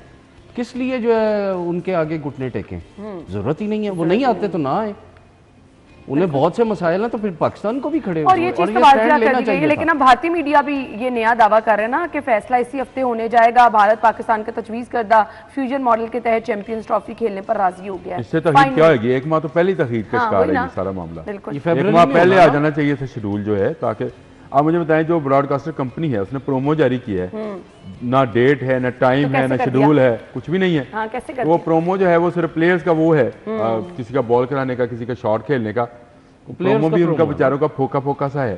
तो उनका पैसा लगना है, आखिर टीमों ने ट्रैवल करना है, फिर जो ब्रॉडकास्टिंग टीमें हैं उनको अगर लाहौर में एक मैच होता है और दूसरा मैच जाकर दुबई में या ढाका में या कहीं पे भी होता है, कोलंबो में होता है, तो वहाँ फिर लॉजिस्टिक करनी है। तो ये बड़ा प्रॉब्लम है इस वक्त, और सारा का सारा प्रॉब्लम इस वक्त पूरी दुनिया ओपनली करे ना करे, लेकिन क्रिकेट की दुनिया इस वक्त इंडिया पर थू थू कर रही है। बिल्कुल ऐसे ही है, और तमाम नजरें इसी तरफ है। खैर, पाकिस्तान उसूलों पर कभी किसी किस्म का समझौता नहीं करेगा। पीसीबी के आला अहदेदार चैंपियंस ट्रॉफी के शेड्यूल पर आईसीसी से मुसलसल राबते में हैं। अब बीच में आज सच रुकावट कोई नहीं है, मौक़िफ़ वाज़ेह है, बस एक फैसले का इंतजार है। देखें, फिर वही बात है कि इंडिया को हटदर नहीं छोड़नी चाहिए हर मामले में। खेल को और सियासत को अलग-अलग रखा जाए, नहीं कर रहे ना, इसीलिए तो आमिर भाई सही कह रहे हैं, पूरी दुनिया थू थू कर रही है। और हमेशा इंडिया ने यही किया, लेकिन इस दफा जो है वो जाहिर है पहली दफा उसका टाकरा किसी और से हो गया, तो असल चेहरा भी सामने आ रहा है ना, चेहरा भी सामने वो आ गया। बार बार उनकी हटधर्मी और कोई वजह, जब आपके हाथ में कोई वजह ही नहीं है तो फिर आपका असल मकसद क्या है, आपके अंदर का बुक्स क्या है, वो भी सामने निकल के आ रहा है। सांप का सामना सपेरे से हो गया। हाँ। असल मसला अब पता चलेगा। चलिए जी, ब्रेक ले लेने, ब्रेक के बाद आएंगे, हमारे साथ रहिएगा। Welcome back once again. कुछ बात कर लेते हैं शहर में तजावुजात माफिया की, जिसके खिलाफ क्रैकडाउन, झुग्गियों का सफाया। आमिर भाई, मुझे समझ नहीं आई, इनके लिए आपने कोई जगह मुख्तस की है? शहर में बहुत सारी झुग्गियां जो थी वो दरिया के साथ साथ बनने दी, पहले तो आप बनने ना दें इनको। आमिर भाई, अच्छा चलो बन गई, अब बन गई। अब ये लोग जो हैं शहर में मुख्तलिफ काम करते हैं, याद रखें ये बात। आपके घरों के बाहर से जो कूड़ा इकट्ठा करने वाले वो कहाँ रहते हैं? इन्हीं झुग्गियों में रहते हैं। इवन ये जगह आपके घरों में काम करने वालियां जो आती हैं उनमें से बेशतर जो हैं वो झुग्गियों में रहती हैं। अब उनके पास तो रहाइश नहीं है। अच्छा, आपने उनके लिए कोई जगह मुख्तस नहीं की, तो आपने एकदम से उनको उठाया, आपने कहा जहाँ मर्जी जाओ, बाहर में जाओ। ये नहीं होता है, ये इंसानियत के ही खिलाफ है। आपको जगह मुख्तस करते, उनको कोई कंट्रोल्ड एरिया देते। मुझे बताएं, ये जो बेघर अफराद हैं, आपकी जितनी स्कीमें हैं, कोई आशियाना थी, कोई फलां थी, ब्ला ब्ला ब्ला थी, वो उसके सबसे ज़्यादा हकदार कौन थे? जो बेघर थे। डीलर नहीं थे, आपने डीलरों को दे दी। डीलरों को दे दिया ना आपने, उसमें से भी कमीशन पैदा कर ली, मुकदमे हुए, केस चले, पता नहीं क्या क्या होता रहा है, और अभी भी चल रहा है। मुझे एक चीज़ बताएं, तो ये लोग जो हैं, क्या ये इंसान नहीं है? ये क्या पाकिस्तानी नहीं है? इनके साथ ऐसा सलूक क्यों कि रातों रात आपने उनको कहा? आप क्या कह रहे हैं, इन झुग्गियों को खत्म ना किया? मैंने कब कहा? बदनुमा धब्बा है। मैंने ये कहा उनको सारे चोर चकार यहाँ पे हैं, भिखारी सारे यहाँ पर रह रहे हैं। उनको अल्टरनेट दे देना यार, मकान दे दें उनको। ऑनेस्टली स्पीकिंग, इनमें से आधे से ज्यादा जो लोग हैं आदतन वो मांगने वाले होंगे। नॉन ट्रांसफरेबल मकान दे दें इनको ऐसे मकान दे दें जिसमें उनसे कहें कि आप काम करें और उसका किराया दे दिया करें, ये 500 रुपया, 1000 रुपया टोकन किराया। आपके शहर में माल रोड के ऊपर वो काफ की दुकानें हैं, उसका महीना किराया पता आपको? 500 रुपया, 600 रुपया, 700 रुपया। आमिर भाई आप ये बात का, आपका जिम खाना का कितना किराया है साल का? सही बात है। अगर आप इनको 5,000 भी 500 नहीं है। 600 रुपए, मैं कहता हूँ जी मांगने वाले ही हैं। एक तो ये शहर से बाहर चले जाएंगे, एक इनके पास घर आ जाएगा, नॉन ट्रांसफरेबल होएगा, यानी वो किसी को बेच नहीं सकते हैं। सही बात है। मालकाना हकूक ना देना। मालकाना हकूक ना दें उनको, और रहे गवर्नमेंट का ही, जो छोड़ के जाना चाहता है चला जाए। ये तरीका कार मुझे एक बीइंग ए मुस्लिम या बीइंग एक ह्यूमन कह लें, मुझे ये इनह्यूमन लगता है कि मैं एक बुलडोज़र लेकर इसका, मैंने देखी है वो फुटेजेस देखी हैं, मैंने वो जगह देखी हैं कि बेचारों का सामान उल्टा दिया गया। आप चाहे गुस्सा करें इस पे ना, चाहे आप कुछ नहीं भी आमिर करें, भाई मैंने देखा है ना, इधर सारे मांगने वाले बेकारी मैं बहुत फिर बड़ी तादाद है। आप बेकारी खत्म करें ना यार, आप ये काम ना करें। ये आपके अखबार में खबर छपी है, ये बकारियों आदतन लोग हैं, इन लोगों को घर भी देके बिठा देंगे, इनको मांगने की आदत है। खादम की खबर है, बकारियों के लिए तमीर करदा कोठरियां आज जनरल हॉस्पिटल बन गया। आप इनके आते चेंज मुझे करा देंगे, बताएं, इनमें मुझे चोर आते हैं। चेंज हो जाती हैं अगर आप उनके हालात चेंज करने की कोशिश करें। उनको कोई आप इनके बच्चों को, यहाँ अद्वियात तो गरीबों को आप कोई दे इनको नहीं रहा नहीं है। दे रहे ना, दे आप रेस्टोरेंट ना बनाएं, आप इनको इनके बच्चों के लिए स्कूलिंग का इंतजाम करें और कहें जो फी बच्चा जाएगा उसको 500 रुपया गवर्नमेंट अलाउंस देगी, यानी 1000 रुपया अलाउंस देगी, 500 अब देगी। आपके ख्वाब बहुत बड़े होते जा रहे हैं। ख्वाब नहीं है, ख्वाब नहीं अब है आप ये। बातें वो कर रहे हैं जो दुनिया हो में नहीं होता है। सकती। इधर तो सरकारी दवाइयां कहाँ से कहाँ चली जाती हैं, मिल नहीं रही हैं। दुनिया में बेटा, इंडिया में जिप्सीज खत्म कर लिए गए। जिप्सीज आपको पता है ना कौन थे लोग? वो इस तरह आते थे, आबादियां बनाते थे, चले जाते थे, और निकल गए आगे चले चलिए गए। अब आप सारा ये नशे सजेशन खत्म दे रहे हैं, करते थे। होना चाहिए, अग्री 100% मैं आपसे एग्री करती हूँ। लेकिन हो एकदम से जाएगा, रातों रात आप होगा जितना का- हो जाएगा, वो नहीं तो होना नहीं ना, होगा। यहाँ पे कुछ नहीं हो अल्लाह सकता। अल्लाह अल्लाह इज ग्रेट। पता नहीं, मुझे नहीं समझ आती अल्लाह ये is great. किस तरह से ये चीजें पॉसिबल अल्लाह हो is सकती great. हैं। यहाँ पर लोग करना ही ये कुछ नहीं चाहते हैं, फिर पता नहीं कौन करेगा। अच्छा जी, फोन रिकॉर्ड और सीडीआर की वसूली में गलत इंदराज, मुतादिद केसेस में सीडीआर अप्लाई करने वाले फॉर्म तफ्तीशी ऑफिसर की जानिब से तारीख दर्ज नहीं की गई, डिस्पैच नंबर जाली पाए गए हैं, रिकॉर्ड मुख्तसर, तफसीलात गलत अपलोड की गई। इन्वेस्टिगेशन हेडक्वार्टर ने ऑडिट के बाद बेज़ाब्तियों पर लाहौर पुलिस को आगाह कर दिया है। गलतियां किसकी हैं, भुगतना किसको पड़ रही हैं? हसन देखिए कहना ना, चाह रहे हैं आप? इसमें सबसे पहली चीज़ तो ये है कि सीडीआर मेरे ख्याल में जो बहुत कोई अहम केस है ना, उनकी निकालने की इजाज़त होनी चाहिए हर एक की नहीं। कोई दहशत आम बंदे की वैसे रसाई भी नहीं है, आम मैं बंदे की आपको- तो रसाई नहीं है नहीं ना। है। तो अब तो ये सूरत हाल है कि जिसका दिल करे, आप अक्सर सोशल मीडिया पे आपको ऐड मिलते हैं जी कि व्हाट्सएप का डाटा किसी को चाहिए तो ये कर लें, इतने पैसे दे दें, इतने कर लें। ये सोशल मीडिया के एड्स चल रहे हैं, उसको किसने रोकना है? हुकूमत ने रोकना ना। तो इस चीज़ पे मेरे ख्याल में तो इसकी इजाज़त नहीं होनी चाहिए। सिर्फ जो अहम केसेस हैं उसमें हुकूमत को चाहिए कि वो अलाउ करे, जिसमें दहशत गर्दी के केस हैं या बहुत कोई हाई प्रोफाइल केस है, ये इस तरह के हर एक को इसकी वो नहीं करनी परमिशन चाहिए। नहीं देनी चाहिए। आमिर भाई, लेकिन पाकिस्तान में जो निज़ाम इंसाफ पर हम उंगलियां उठाते हैं ना, रोज़ रोज़ कहते हैं कि यहाँ पे इंसाफ नहीं मिलता है, या तखीर से मिलता है, या करप्शन है, तो सबसे पहली उंगली जो है वो तफ्तीश पे उठानी चाहिए। तफ्तीश पे उठ इन्वेस्टिगेशन ही रूह है। हमारे तफ्तीशी जो हैं वो काम ही नहीं करते हैं। अच्छा, दूसरा गवर्नमेंट भी काम नहीं करती कि इनके रिफ्रेशर कोर्सेज कराए जाएं। इनको अगर आमिर भाई, इंदराज भी करना नहीं आता, ऑडिट में देखें चीज़ें क्या आई, इनको इंदराज करना भी नहीं हाँ, आता है। गलत लिखे गए नंबर। इनको सिर्फ वो कायदे-ए-आज़म वाली ज़ुबान आती है, इनको इंदराज करना नहीं आता है। अब मुझे ये एक चीज़ बताएं, समझाएं कि अगर ये ऑडिट में ये रिपोर्ट सामने आई है तो क्या इस पर कोई एक्शन होगा? जो लोग इसके जिम्मेदार हैं, क्या उनको नौकरियों से निकाला तो ना जाए, चलें मुअत्तल करके कम से कम वो तो ये तो कर दिया जाए कि उनको तालीम दे दी जाए कि भाई इंदराज कैसे करना है। तो अगर आप तफ्तीशी निज़ाम ठीक करेंगे तो आपका निज़ाम इंसाफ ठीक हो जाएगा, ये बुनियाद है।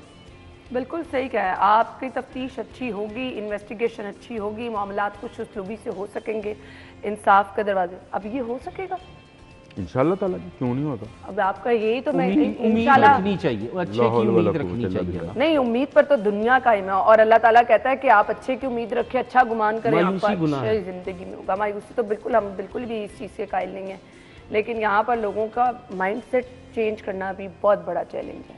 ये बिल्कुल है, लोगों को माइंडसेट चेंज करना और चाहिए इन हमें। तफ्तीशियों का तो होगा ही नहीं, पता नहीं नहीं होगा नहीं ना कहना, ये इस तरह की बात ना किया करें। फिर कायदे ये आज़म होगा कहाँ ही जाएंगे? नहीं। आमिर जो भाई, आपने खबर अनर के की बात शुरू ठीक से है। और खबर कह आमिर रहे हो भाई, अनर पीछे की बात रहेंगे, ठीक वो है। पीछे रहेंगे। थैंक यू सो मच नाज़रीन, हम हेडलाइंस के बाद आपको ज्वाइन करेंगे, हमारे साथ ही रहिएगा।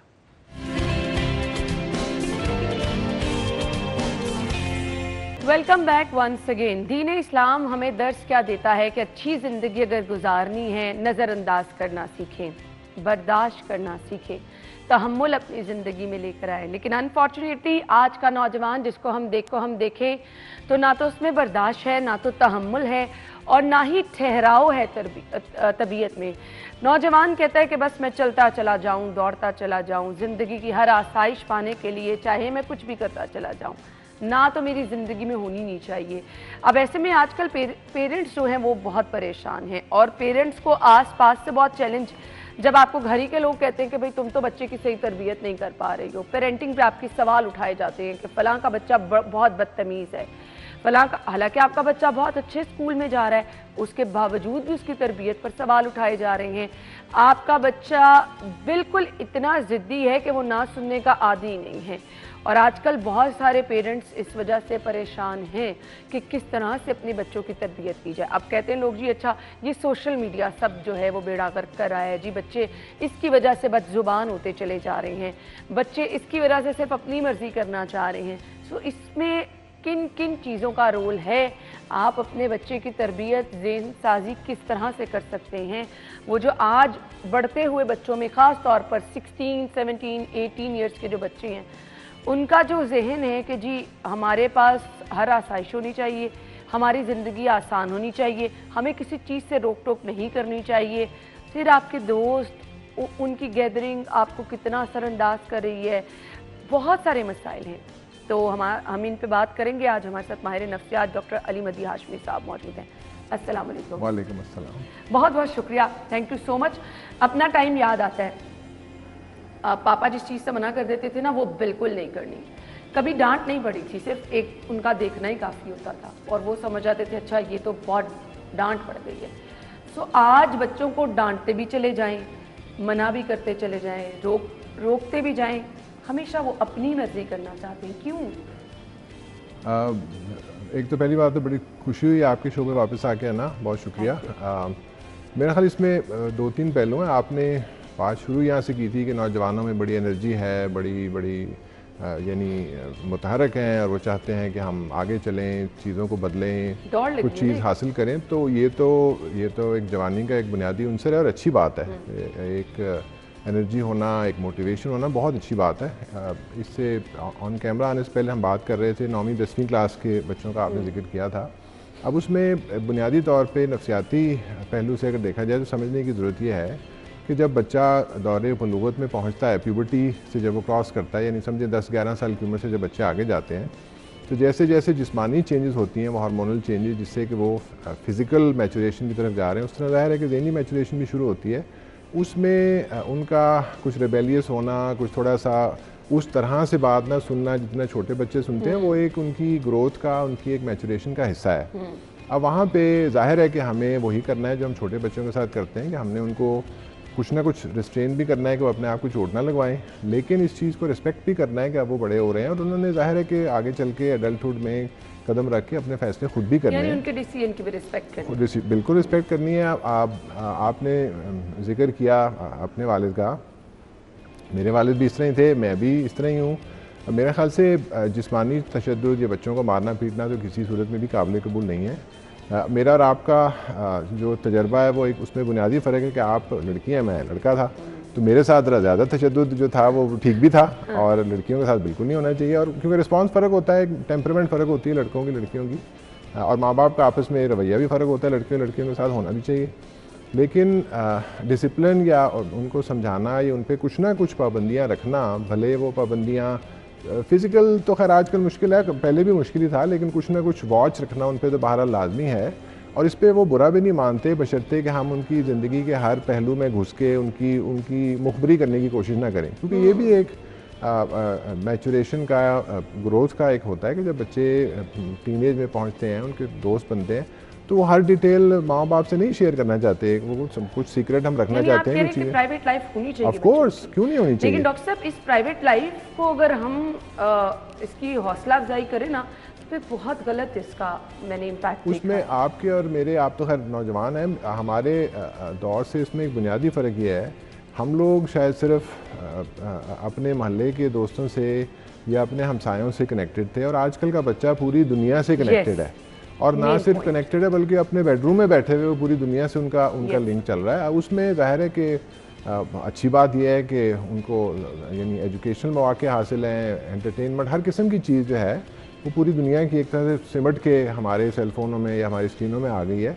उससे तालीम पे भी अच्छा असर है, उससे आप एंटरटेन भी होते हैं, उससे बहुत कुछ सीखते भी हैं, लेकिन जो दुनिया में बुरी चीज़ें हैं वो भी उसमें शामिल है ज़ाहिर है। तो उस पर किस तरह से उसका यानी उस पर किस तरह से एक क्या कहना चाहिए बंदिश रखी जाए, किस तरह से उस पर वो ज़रूरी है रखना, वो ज़रूरी है बंदिश रखना, ज़रूरी है कि उस चीज़ के बारे में मुहतात रहा जाए। और अब तो बहुत सारी गाइडलाइन वर्ल्ड हेल्थ ऑर्गेनाइजेशन जो साइंसी इदारे उनको आ गई हैं कि आपने सेल फ़ोन बच्चे को किस उम्र में देना है। मसलन कि 2 साल से छोटे बच्चे को सेल फ़ोन पकड़ाना ही नहीं है, 6 साल से कम उम्र के बच्चे को सेल फ़ोन आधा घंटा 1 घंटा दिन में सिर्फ इस्तेमाल करने वगैरह वगैरह। ऑस्ट्रेलिया में रिसेंटली गाइडलाइंस आई है कि 15-16 साल की एज तक आपने उसकी कोई रिस्ट्रिक्शन लगानी है, अनलिमिटेड, यानी वो हर वक्त उनको स्मार्टफोन दे के उनको कमरे में बंद नहीं होने देना, क्योंकि ज़ाहिर उससे उनके और जो सोशल डेवलपमेंट है वो सब चीज़ों पे भी असर आता है। लेकिन बुनियादी असूल वही हैं कि बच्चे आपके साथ घर पे रह रहे हैं, आपकी आखिर निगरानी में रह रहे हैं, आपके साथ रह रहे हैं, तो आप और हम फोकस कर लेते हैं नौजवानों पे, यानी टीनेज बच्चों, छोटे बच्चों की बात नहीं करते, मतलब उसकी बात ज़्यादा कर रहे हैं, 9वीं 10वीं क्लास और उससे आगे टीनेज और फिर कॉलेज और यूनिवर्सिटी। तो उसमें वो ज़ाहिर है कि वो उनकी एक ट्रेनिंग ग्राउंड है एडल्टहुड के लिए। वहाँ पे उन्होंने रिलेशनशिप्स के बारे में भी सीखना है, पढ़ाई के बारे में भी सीखना है, वर्क लाइफ के बारे में भी सीखना है, बाहर की दुनिया के बारे में सीखना है, और फिर वहाँ पे उस तरह से उनके साथ रवैया नहीं रखा जा सकता जिस तरह से हम छोटे बच्चों के साथ रखते हैं। जी बिल्कुल। हमारे माशरे में बहुत सी अच्छी बातों में एक ये है कि हम जुड़ के रहते हैं, फैमिलीज इकट्ठी रहती हैं, हमारे बुज़ुर्ग हमारे सर पे रहते हैं, हमारी निगरानी करते हैं, लेकिन उसमें फिर क्योंकि एक और तरह से माहौल बदल चुका हुआ है, तो वो हर वक्त अगर रोक टोक करेंगे, कहाँ जा रहे हो, क्या कर रहे हो, ज़रूर पूछें। ज़रूर मेरी बेगम ने इसको इस तरह से डिवाइड किया हुआ है कि वो हर वक्त दिन में 6 दफ़ा बच्चों से पूछती हैं कहाँ हो, कब आओगे, क्या करोगे। हालांकि बच्चे माशाल्लाह बड़े हैं, जवान हो गए, मैं ज़रा बैकग्राउंड में रहता हूँ, लेकिन उसको जब ज़रूरत होती है मैं फिर मैं बाबा से कहती हूँ, तो फिर वो फ़ौरन अच्छा जी ठीक है उनसे ना तो इस तरह से। अब उसमें एक और चैलेंज भी आ रहा है, ज़ाहिर है कि जैसे फैमिली लाइफ भी चेंज हो रही है, एक्सटेंडेड फैमिली उस तरह से नहीं है क्योंकि लोग डिफरेंट जगहों पे काम कर रहे हैं, शादियों के मामला भी अब उसमें भी कुछ बिगाड़ थोड़ा बहुत आ रहा है, उस तरह से करके उससे भी और चैलेंजेस बढ़ जाते हैं बच्चों के लिए भी, फैमिलीज़ के लिए भी। तो ज़ाहिर है सोसाइटी चेंज हो रही है, इसके साथ हम सबको बदलना तो होगा। सही। बच्चों के इर्द गिर्द का माहौल, क्लासरूम में दूसरे लड़के भी हैं, लड़कियां भी हैं, वो किस तरह से असरअंदाज करते हैं? क्योंकि हम समझते हैं कि दोस्त है तो कोई बात नहीं, अब ये दोस्त आपके बच्चे की ज़िंदगी बना भी सकते हैं, तबाह भी कर सकते हैं। सो कितना असरअंदाज होते हैं आपके साथ आस-पास बैठने वाले लोग? मेरे ख्याल से स्कूल का एक बुनियादी मकसद तालीम के अलावा सोशल रिलेशनशिप्स को सिखाना भी होता है कि कैसे हमने दुनिया में रहना है, दूसरे लोगों से डील करना है, उनके साथ चलना है। तो दोस्तियाँ बहुत ज़रूरी होती हैं। आप हर बच्चे की अपनी टेम्परमेंट होती है, कुछ लोग ज़्यादा सोशल होते हैं, कुछ इतने नहीं होते, लेकिन दोस्तियाँ होती हैं और होनी भी चाहिए। और उनका असर, और फिर जैसे मैंने पहले जिक्र किया कि जब बच्चे बलूगत में पहुँचते हैं, टीनेज में पहुँचते हैं, तो उनका जो पीयर ग्रुप होता है, उनके इर्द गिर्द जो लोग होते हैं, जिनकी उम्र के लोग होते हैं, वो उनके लिए ज़्यादा अहमियत इख्तियार कर जाते हैं क्योंकि ज़ाहिर है वो उन्हीं की वेव लेंथ पे हैं, वो बात उनकी समझ पा रहे हैं, जो उसी चीज़ से वो डील कर रहे हैं। मुझे याद है एक दफ़ा मैं अपने बड़े बेटे के साथ बैठा हुआ था, मेरी कोशिश होती है कि मैं जब खाने पे आता हूँ, बिजी रहता हूँ, एक दफ़ा खाना घर में खा के तो मैं उनको बुलवा लेता हूँ और बैठ जाते हैं, 15-20 मिनट बात कर लेते हैं। तो एक दिन बैठ के मैं अपने तौर से कोई गप लगा रहा था, तो उसने एकदम उसने भिना के कहा, ओ बाबा नॉट अनदर लेक्चर। अब मुझे एहसास भी नहीं हुआ कि मेरी बात जो थी, मैं अपने तौर से शायद उसको कुछ समझाने की कोशिश कर रहा था, और वो तो फिर मुझे समझ आ गई कि उससे पूछें क्या हाल है, दोस्त तुम्हारे कैसे हैं, क्या किया आज, कहाँ गए, कौन सी फिल्में, वॉट एवर जो भी है। फिर मेरे बच्चों को शौक़ है, वो दोस्तों को घर में ही बुलाते हैं, बहुत अच्छी बात है। उनको आने दें घर में ताकि आप भी उनसे मिल सकें, बच्चों को उनके घर जाने दें, उनके माँ बाप से भी आप ताल्लुक़ रखें ताकि आपको पता हो कि वो किससे मिल रहे हैं, क्या कर रहे हैं। बच्चे तो ये भी मुझे बताते हैं बाबा मेरा वो जो दोस्त है उसको ये प्रॉब्लम हो रही है, उसको खैर मेरा तो काम उस तरह है, लेकिन ये कि यानी इसमें आपका एक हेल्प का पहलू भी हो सकता है अगर कोई बच्चा जो है वो प्रॉब्लम में है, क्योंकि फैमिली सिस्टम हमारे मुल्क में अभी भी बहुत हद तक प्रिजर्व्ड है और वो बहुत अच्छी चीज़ है, उससे हम बहुत तरह की मदद ले सकते हैं। बिल्कुल। कुछ बच्चों में बहुत ज़्यादा एग्रेशन होता है, उसको कैसे कंट्रोल करना है? पेरेंट्स के लिए सम टाइम एम्बैरेसिंग हो जाता है, आपने बच्चे को कहीं गैदरिंग में कुछ कहा और वो बहुत ही आगे आपके मुंह पे जवाब दे के बदतमीज़ी करके वो गया, क्या करे पेरेंट्स बेचारे ऐसे में? किस तरह कंट्रोल करना है इस एग्रेशन को? जब मैं पेरेंट नहीं था तो मुझे लगता था बच्चे बेचारे हैं, अब मैं पेरेंट हूँ तो मुझे लगता है पेरेंट बेचारे हैं। तो इसमें दो बातें फिर कर लेते हैं, इंसान का नुक्ता नज़र चेंज होता है उम्र के साथ साथ, ज़ाहिर है जैसे जैसे हम सीखते हैं। पहली बात है कि एक इनबॉर्न टेम्परामेंट की हमने बात की कि एक पैदाइशी आपका एक तबीयत में एक रुझान होता है कि आप यानी आप काम हैं या थोड़ा मिजाज आपका तेज़ है, या वो एक इनबॉर्न भी होता है, ज़ाहिर है कि वो जेनेटिक भी होता है, वो आपके उधर से चल के आता है। दूसरा फिर आपके ज़ाहिर है घर का जो माहौल है, मेरे पास लोग जो यानी पेशा वराना मशावरत के लिए जो आते हैं, कंसल्टेशन के लिए आते हैं, गुस्से की कैफियत ये वो इनवेरिएबली, मेरा अब्बू बड़ा गुस्सा करते थे, मेरी अम्मी उन्होंने सीखा था ना, ये मतलब है कि ये जो घर में वो देख रहे हैं उसी से वो उन्होंने वो सीखा हुआ है कि इसको ऐसे हमने डील करना है। तो मेरा पेरेंट्स को मशवरा ये होगा कि अगर आपको बच्चे में कोई बिहेवियर नज़र आ रहा है जो आपको लगता है कि प्रॉब्लमेटिक है आपके लिए, किसी के लिए सोशली प्रॉब्लमेटिक है, तो ज़रा अपने बिहेवियर पर गौर करें कि आप क्या कर रहे हैं, कि उस बिहेवियर को या तो रीइंफोर्स किया जा रहा है, या बच्चे कहाँ से सीख रहे हैं वो, या घर में कोई और इस तरह का इन्फ्लुएंस है। मैं बिल्कुल इसमें इस बारे में मेरा नुक्ता नज़र बिल्कुल सीधा है, वो ये है कि माँ बाप को बच्चे को ठीक करने के लिए अपने आप को कुछ ना कुछ बदलना पड़ेगा। तो डॉक्टर साहब आपकी क्या सजेशन ये है कि पेरेंट्स अपने आप को अपने बच्चे के मुताबिक मोल्ड कर लें, उस तरह से चलें? अब कुछ पेरेंट्स तो ये भी कहते हैं कि भाई हम तो अपने बच्चों से डर के रहते हैं, ऑनेस्टली। मेरा सजेशन ये है कि आजकल वो बड़े छोटे वाला जो मामला है वो थोड़ा सा ज़्यादा हमवार हो गया है, थोड़ा सा ज़रा एक दोस्ताना एक तरीका रखना पड़ता है। लेकिन मैं हरगिज़ इस बात की किसी को भी यानी तंबीह नहीं करूँगा कि वो अपनी जो पेरेंटल रिस्पॉन्सिबिलिटीज़ हैं उसको छोड़ दें, क्योंकि आखिर हम बच्चों के साथ दोस्ताना ताल्लुक़ तो मैंने रखा हुआ है, लेकिन और मैं बच्चों का दोस्त भी हूँ, लेकिन मैं बाप तो मैं हूँ और बाप मैंने रहना है और उनको बाप की ज़रूरत है, दोस्त तो हैं उनके पास और उनको माँ की ज़रूरत है। तो आपने हरगिज़ अपनी जो माँ और बाप की जो जिम्मेदारियाँ हैं उसको आपने छोड़ नहीं देना कि हम बच्चों के यानी वो होता है ना पंजाबी में थले लग के, वो तो बच्चों के लिए बहुत नुकसानदेह है। ये आपको बचपन से ही बच्चे की ग्रूमिंग ऐसी करनी है और वो बचपन वाली चीज़ें क्या वाकई असरअंदाज होती हैं बच्चे के जहन में? बड़े होकर भी क्या बच्चे का माइंडसेट अपने बचपन के मुताबिक ही रहता है? बिल्कुल ऐसे ही है ना, जैसे मैंने कहा कि इसमें बहुत सारी थ्योरीज हैं कि पहले 2-3 साल जो है वो कितने इंपॉर्टेंट होते हैं बच्चे की लाइफ के, और जाहिर है कि एक तसलसल है, अनलेस खुदा ना खास्ता कोई ट्रेजिडी हुई है कि कोई पेरेंट जो है वो फौत हो गया है या कोई तलाक हो गई, वो तो चलो एक्स्ट्राऑर्डिनरी सर्कमस्टांसेस है, लेकिन एक तसलसल है, आपके बच्चे पैदा हुए हैं, फिर छोटे थे, फिर बड़े हुए, फिर उस तरह से करके, तो आप तो शुरू से उनके साथ हैं और आप देख रहे हैं कि उनकी एवोल्यूशन किस तरह से हो रही है। और आपको मतलब एज अ पेरेंट मुझसे ज़्यादा कौन जान सकता है कि मेरे बच्चे की टेम्परामेंट क्या है, वो क्या चीज़ उसको पसंद है, क्या चीज़ नहीं है, किस चीज़ से उसको तकलीफ है, किस चीज़, तो उस चीज़ को इस्तेमाल करके उनके भले के लिए, भलाई के लिए मैंने इस्तेमाल तो ज़रूर करना है। अलबत्ता जैसे जैसे वो ग्रो करते हैं, ख़ास तौर पे प्यूबर्टी बलूगत से वो आगे चलते हैं, अब वो बच्चे नहीं हैं, अब वो बड़े हो रहे हैं, तो बड़ों के साथ रवैया और रखना पड़ता है। अब वो मुश्किल होता है माँ बाप के लिए। मेरे वालिद माशाल्लाह 82 साल के हैं, वो कहते तू मेरा पप्पू ही है, तू मेरा बच्चा ही है। वो बड़ी अच्छी बात है, मुझे बड़ी खुशी है अल्हम्दुलिल्लाह, लेकिन जाहिर है कि वो उनको भी अब समझ आ गई है कि मतलब है कि इस तरह से बात करनी है कि ये बुरा ना लगे इसको, क्योंकि अब तो मैं खुद भी बूढ़ा हो रहा हूँ, तो मैंने लेकिन ये कि वो ये थोड़ा सा डेलिकेट सा होता है। और इसमें मैं फिर कहूँगा, जिस तरह मेरी घर में जब मेरी और मेरी बेगम की थोड़ी सी डिस्कशन होती थी, किसी बच्चे के साथ कुछ हुआ, तो मैं उसका हमेशा कहा करता था यार कि प्लीज़ ये याद रखा करें कि इस इंटरेक्शन में बड़ा कौन है, यानी अडल्ट कौन है। अडल्ट मीनिंग अडल्ट जिसको प्रेज्यूमेबली अक्ल ज़्यादा है जी। भाई वो बच्चा है, आप क्यों परेशान हो रहे हो? अगर उसने गुस्सा कर दिया है, उसने वो अम्मा के साथ ज़ाहिर है लड़के ख़ासतौर पर थोड़ा सा ज़्यादा ज़ुबान दराजी करते हैं, मेरे साथ तो नहीं वो कर सकते, तो फिर वो मुझे शिकायत करती हैं कि आप, फिर वो कहती हैं आप इनको गुस्सा नहीं करते। भाई ठीक है, लेकिन थोड़ा सा ज़रा तअम्मुल से तरीके से उसमें इनबॉर्न टेम्परामेंट के हवाले से, जैसे हमने पहले बात की, लड़कों की कुछ बायोलॉजिकल टेंडेंसीज एग्रेशन की तरफ ज़्यादा होती हैं, टेस्टोस्टेरोन वो सारे हार्मोन, लड़कियों का थोड़ा सा और तरह से तरीका होता है, तो वो भी देखने की ज़रूरत होती है। तो इसमें कोई मतलब है कि परेशानी की बात उस तरह से नहीं है। वो मुतहरक हैं, एनर्जेटिक हैं, वो कहते हैं हमने अपना फैसला करना है, बहुत अच्छी बात है। लेकिन मेरा एक सारी दुनिया का एक्सपीरियंस है, ज़िंदगी गुजारी, अपने एक्सपीरियंस उनको दें, क्योंकि वो कल भी एक हमारे कॉलेज में बात हो रही थी, वो पूरी दुनिया से जुड़े हुए हैं, सारी दुनिया के लोग उनको अपनी राय दे रहे हैं, तो आप भी दें, उनको बताएं, फैसला तो वो खुद ही करेंगे, करना भी उनको खुद ही चाहिए।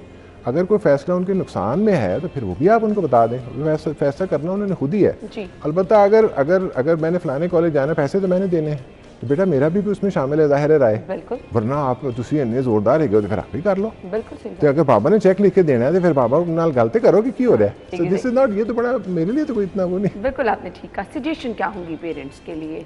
खास तौर पे उन पेरेंट्स के लिए जो एक्चुअली परेशान है, क्या करना है उनको? मैंने आज सुबह यहाँ घर से निकलते हुए अपना मेरा नंबर 2 जो बेटा है, जो सेंसिटिव टाइप है, आर्टिस्ट बन रहा है, और वो अपना बैठ के कॉफ़ी पी रहा था। मैंने कहा बेटा मैं जा रहा हूँ, इस तरह नौजवानों की परेशानी पे बात होनी है, मुझे ये बता, इसकी उम्र 20-21 साल है और भड़कीला भी है, लेकिन बहुत प्यार भी करता है, गुस्से भी होता है, लेकिन मैं गले भी लगता है, उस तरह उसकी है एक टेम्परामेंट। मैंने कहा बेटा एक बात बता, जो मैं जाके कहूँ क्या करें हम बड़े, जिससे कि आप नौजवान जो हैं वो उनके लिए बेहतर हो।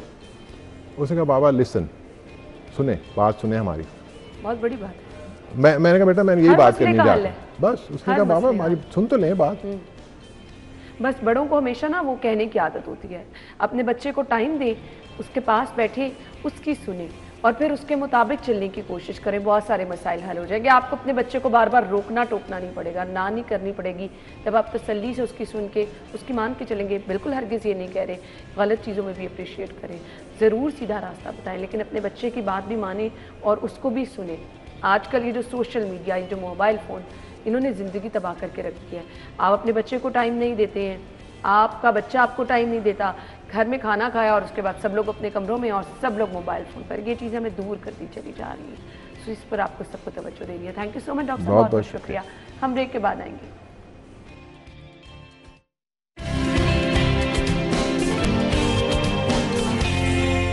Welcome back once again. नाज़रीन, आज के प्रोग्राम में हमने पहले तो नौजवानों के हवाले से ही प्रोग्राम किया। वंस अगेन ना सिर्फ नौजवानों के लिए बल्कि ये सभी के लिए है, मर्द ख़वातीन सबके लिए, जो कुछ करना चाहते हैं, जो चाहते हैं कि जी हमारे पास कोई अपॉर्चुनिटी नहीं है, कोई प्लेटफॉर्म नहीं है कि हम अच्छी जॉब तलाश कर सकें, अच्छा हमें कोई प्लेटफॉर्म मिल सके, तो आज उनके लिए सजेशन होगी बड़ी ज़बरदस्त ही। हमारे साथ हमारे जो मेहमान मौजूद हैं, मैं उनका तारुफ कराना चाहूँगी। हमजा मंसूर है, सोशल मीडिया एक्सपर्ट हैं, वेलकम कहेंगे। अस्सलाम वालेकुम Hamza, thank you so much. बहुत अच्छी जॉब के हर कोई मुतलाशी रहता है, लोगों से डिस्कस करता रहता है, अपने फ्रेंड से, डिफरेंट सोशल मीडिया प्लेटफॉर्म पर ऑफर्स आप जॉब की। अच्छा, लिंक्डइन एक अच्छी आपके पास अपॉर्चुनिटी है।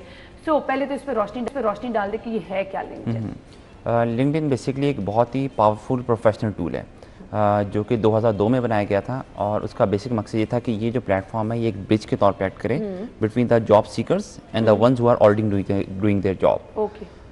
अब होता ये है कि इसको जिस मकसद के लिए बनाया गया था, ऑल अराउंड द वर्ल्ड तो ये बहुत ज़्यादा यूज़ हो रहा है। मतलब अगर आप इस बात से अंदाज़ा लगा सकते हैं कि 900 मिलियन प्लस इसके एक्टिव यूज़र्स हैं और 50 मिलियन कंपनीज रोज़ हायर करती हैं प्रोफेशनल्स को। अच्छा। लेकिन अनफॉर्चुनेटली पाकिस्तान में ये प्लेटफॉर्म बहुत ज़्यादा अंडररेटेड है और लोग इसका, मैं आपको कहूँगा 5% भी इसका इस्तेमाल नहीं कर रहे।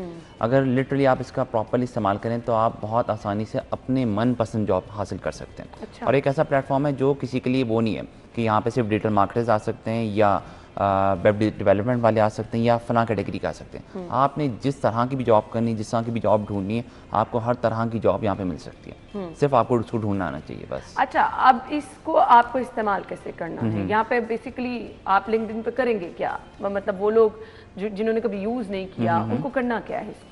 अच्छा, लिंक्डइन का अगर आप इंटरफेस ओपन करें तो it's quite similar with Facebook. Facebook पे आप देखते हैं एक होम पेज है और एक आपकी अपनी प्रोफाइल पेज होता है। इसका भी सेम यही है, लेकिन यहाँ पे कुछ रूल्स एंड रेगुलेशंस होते हैं। क्योंकि ये प्रोफेशनल प्लेटफॉर्म है तो यहाँ पे आप जब अपनी प्रोफाइल सेट कर रहे होते हैं तो you have to be very very careful. आप इस तरह सेल्फी टाइप तस्वीरें नहीं लगा सकते, कोई फंकी टाइप तस्वीरें नहीं लगा सकते। ठीक है। आप मतलब मेल फीमेल दोनों के लिए रिक्वायरमेंट होती है कि आपने 2 पीस कोशिश करें, 2 पीस या 3 पीस में आपकी तस्वीर लगी हो, एक प्रॉपर वो तस्वीर लगी हो कि जिससे आपकी CV पे हम तस्वीर लगाया करते थे। आपको याद होगा CV पे हर जो लड़का है वो प्रॉपर अपनी पेंट कोट टाई के साथ तस्वीर लगाता था।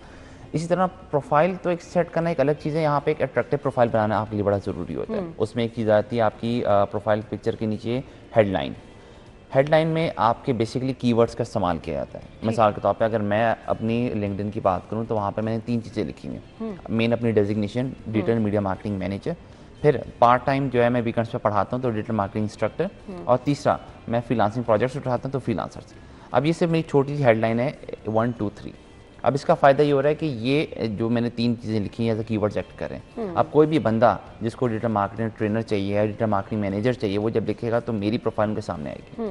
और सिर्फ ये नहीं कि ऑब्वियसली उसके बाद फिर मैंने उसकी समरी भी उस तरह से बनाई गई है। तो ये चीज़ें आपने कुछ ख्याल रखना होता है कि लोग सबसे पहले हेडलाइन में प्रॉपर लाइन लिख देते हैं कि hi this is Hamza Mansoor, I have a 4 years of experience. मतलब ये चीज़ें आपको लिखने की ज़रूरत नहीं। ठीक है। किसी को ऑनेस्टली स्पीकिंग किसी को कोई फ़र्क ही नहीं पड़ता आप कहाँ से पढ़े सही में। बात लोगों को सिर्फ बुलेट पॉइंट्स जी। चाहिए कि आपने बस दिखा दिए। दूसरी गलती होती है इसमें अबाउट अ सेक्शन में। अबाउट अ सेक्शन में क्योंकि आपके पास स्पेस जो है काफ़ी ज़्यादा होती है कि आप बहुत ज़्यादा वहाँ पे लिख सकते हैं, तो लोग यही करते हैं कि वहाँ पे 6-6, 8-8 पैराग्राफ लिख देते हैं। अच्छा। और ये सबसे बड़ी गलती है, अगेन जिससे मैंने कहा कि किसी ने कोई भी नहीं पढ़ने आता वहाँ पे। इतना टाइम ही नहीं है कितनी। हाँ, तो मैंने बेसिकली क्या किया, मैंने सिर्फ एक लाइन में बताया कि मैं डिजिटल मार्केटिंग इंस्ट्रक्टर हूँ और मैं कहाँ पढ़ाता हूँ। वो लिस्ट मैंने इंस्टीट्यूट्स की लिख दी। अब वो लिस्ट एक बुलेट पॉइंट की तरह है कि अगर कोई आएगा तो एक दफ़ा पढ़ लेगा बस, अगर पढ़ना है तो। मैंने कोई लाइंस का इस्तेमाल नहीं किया। और उसके बाद मैंने देखा कि पहले मैंने भी ये गलती की हुई थी, कई साल तक मेरे बहुत लंबे लंबे पैराग्राफ थे, उनको हटा के जब मैंने पिछले 8-10 महीनों से ये काम किया हुआ तो अब मुझे जॉब की ऑफर्स या मुझे जो आपकी नेटवर्किंग है वो बहुत ज़्यादा बढ़ गई आपकी। तो ये कुछ चीज़ें होती हैं, रूल्स एंड रेगुलेशन होते हैं जिनका आपने ख्याल रखना अब होता है। लिंक्डइन है किन लोगों के लिए? लिंक्डइन हर किस्म के बंदे के लिए है, और स्पेशली उस बंदे के लिए जो बिल्कुल अभी एक अपनी जिसने अभी आप कह लें पढ़ाई ख़त्म की है, ठीक है, मतलब जिसका अभी कोई भी बैकग्राउंड नहीं है, ना उसने कोई इंटर्नशिप की हुई है, ना उसका प्रोफेशनल करियर अभी स्टार्ट हुआ है। ये प्रॉपर आपका करियर का गेटवे है लिंक्डइन, ठीक है। आपको सिर्फ इसका इस्तेमाल सही करना आना चाहिए, जो कि मैं आपको बता देता हूँ। हर प्लेटफॉर्म में एक सर्च बार होता है, इसमें भी सर्च बार है। मिसाल के तौर पर मैं अपनी ग्रेजुएशन के बाद मैं डिजिटल मार्केटिंग का कोर्स करना चाहता हूँ, या मैंने कोर्स कर भी लिया, मैं इसकी इंटर्नशिप चाहिए, तो मैं सर्च बार में लिखूंगा डिजिटल मार्केटिंग इंटर्नशिप। जब आप ये लिखेंगे तो आपके सामने ऑप्शंस आ जाएंगे कि आप डिजिटल मार्केटिंग इंटर्नशिप की जॉब्स ढूंढना चाह रहे हैं, या उन लोगों से मिलना चाह रहे हैं जो डिजिटल मार्केटिंग की इंटर्नशिप कर रहे हैं, या तीसरा उन लोगों को आप देखना चाहें जिन्होंने इसकी पोस्ट लगाई हुई। तो हर किस्म की चीज़ें आपका अवेलेबल है। नंबर 2, आपके पास पूरे फिल्टर्स हैं। आप ये डिजिटल मार्केटिंग इंटर्नशिप क्यों ढूंढना चाह रहे हैं, पार्ट टाइम देखना चाह रहे हैं, फुल टाइम देखना चाह रहे हैं, हाइब्रिड मॉडल पे देखना चाह रहे हैं, कौन सी लोकेशन पे देखना चाह रहे हैं, किस कंपनी के साथ आप काम करना चाह रहे हैं। और मैं आपको यकीन से कह सकता हूँ कोई भी इस चीज़ का वो फ़ायदा नहीं उठा रहा। हर चीज़ आपको दी गई है कि आपने लोकेशन कहाँ की रखनी है, आपने पार्ट टाइम करनी है, फुल टाइम करनी है, किस किस दिन करनी है, कौन सी अपनी कैटेगरी में करनी, कौन सी नीश में करनी है, सब कुछ आपके हाथ में, और आप उसको करते ना तो सारे रिजल्ट्स आपके सामने आते रहेंगे। सही। तो ये सारा इसके ऊपर वर्किंग है। वर्किंग बहुत ज़्यादा आसान है, लेकिन वही कि अगर आप करें तो। जॉब किस टाइप की अवेलेबल है मोस्टली जो आपको बड़ी प्रोमिनेंट लगती है? जॉब हर किस्म की अवेलेबल है। मैं आपको एक स्टोरी बता देता हूँ, जिससे आपको अंदाज़ा हो जाएगा इसकी पावर का। गूगल का आप सबको पता है, गूगल के जो ऑफिस हैं वो 70+ कंट्रीज़ में, ठीक है। उनमें से कंट्री पोलैंड है। पोलैंड में उनके जो पोलैंड का ऑफिस है उसमें 1300 एम्प्लॉयज़ हैं। उन 1300 एम्प्लॉय में सिर्फ और सिर्फ एक पाकिस्तानी लड़की है, जो कि सदीकाबाद की। और उसका जब इंटरव्यू लिया गया है जुनैद अकरम ने, तो उसने बताया मैं लिंक्डइन के थ्रू गई थी। इसी तरह जुनैद अकरम के मैंने जितने व्लॉग्स इन लोगों के बारे में सुने हैं, जो स्टूडेंट्स यहाँ से कोई इटली गया, कोई जर्मनी गया, उन सब ने इन्हीं प्लेटफॉर्म्स का नाम लिया। ना कोई एजेंट, ना कोई स्टूडेंट के इस तरह की जगहों पर उन्होंने वो धक्के खाएँ, उन्होंने सिर्फ और सिर्फ इन ग्रुप्स का इस्तेमाल किया। Simple is that. तो इस कदर पावरफुल है कि आप देख लें गूगल में सिर्फ और सिर्फ एक ही पाकिस्तानी लड़की है, वो किसके थ्रू गई, लिंक्डइन के थ्रू गई। वो आई गेस डेटा इंजीनियर की जॉब पे लगी हुई है। तो मतलब आप किसी भी कंपनी के साथ वहाँ पे कोलैबोरेशन कर सकते हैं। सही। सो ये इसके लिए जो है, अच्छा अब इसकी प्रॉपर ट्रेनिंग लेके ही आप इसका यूज़ कर सकते हैं। अनफॉर्चुनेटली यहाँ पर तो डिफरेंट ऐप का इस्तेमाल आप करें तो यहाँ पर आपको बहुत सारे वो जो है ना फेक चीज़ें सामने आना शुरू हो जाती हैं। तो वो जो नकालों से होशियार रहना है वो कैसे रहना है? लिंक्डइन पे आप कह सकते हैं कदरी चीज़ें बहुत ज़्यादा कम है। अच्छा। ना होने के बराबर वहाँ पे मतलब इट्स लाइक कि अगर आप वहाँ पे कोई ऑपोजिट जेंडर्स आपस में समटाइम ये होता है ना कि आप अपना पर्सनल डेटा शेयर कर रहे होते हैं, तो आप बहुत ज़्यादा वो कंसर्न होते हैं कि पता अच्छा नहीं। उसमें एक टिप ये कि अगर कभी भी कोई कंपनी या कोई बंदा आपसे मतलब जॉब के सिलसिले में जब बात कर रहा है और आपसे इस तरह की चीज़ कहे कि हम ये आपके डॉक्यूमेंट्स वेरीफाई करवाने और इसके लिए 1000 रुपये या 1500, वो कभी भी कोई कंपनी आपसे पैसे नहीं आपका लेती। बैंक अकाउंट पूछें, आपके हाँ, घर ये का चीज़ें कभी भी एड्रेस। नहीं पूछते हैं। और इनका बेसिकली तरीक़ाकार यही होता है कि वो आपसे बहुत मिनिमल अमाउंट मांगते हैं। मिसाल के तौर पर आज जितनी महंगाई है उसके सामने 1000-2000 किसी के लिए कुछ भी नहीं है। जी बिल्कुल। तो हर बंदा जब देखते हैं मुझे 50,000 या 60,000 की फिर जॉब तो मिले कुछ तो भी 1000-2000 दे देते हैं। तो वो आप अकेले नहीं होते, हम जैसे सैकड़ों हैं, तो वहीं से कमा रहे होते हैं। तो कभी भी कोई कंपनी आपसे कभी भी पैसा कभी भी शुरू में स्टार्टिंग में नहीं मांगती। तो ये बहुत बड़ी आपके लिए टिप होती है कि अगर कोई आपसे मांग रहा है चाहे लिंक्डइन पे, किसी प्लेटफॉर्म पे या ऑन साइट, तो फेक है। ठीक हो गया। हाँ। तो इस पर आपको कब से काम करना शुरू करना है, कब अपनी प्रोफाइल आपको बनानी है और किस तरह साथ साथ इसको अपडेट करते रहना है, और अपडेट कितना करना ज़रूरी है?